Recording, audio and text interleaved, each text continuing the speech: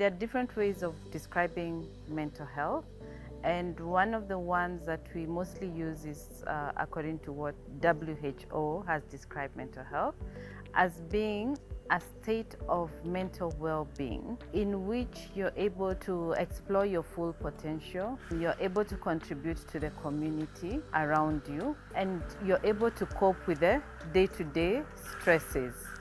So when one is mentally healthy, that means they're coordinating well, they're able to function optimally. You can have a mental illness and you're not aware because some of the conditions will cause you to lack insight. So the relatives or your people around you, they're able to see that your behavior has changed, and in most cases will bring you to the hospital because you are not aware of the symptoms yourself.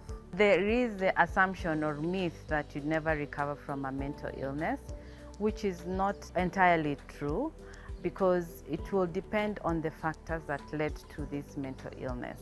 You can recover depending on what has triggered this particular illness, and you can go back to normal functioning. And for those who do not completely recover, they can function optimally while on medication.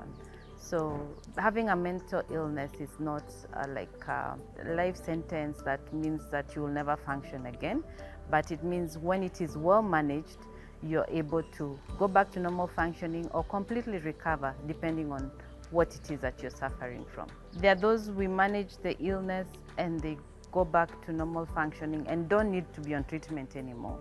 If that means cure, then we can go with the word cure, but most of the time one can recover completely from a mental illness if it is if you start treatment early and whatever triggers were there have been managed.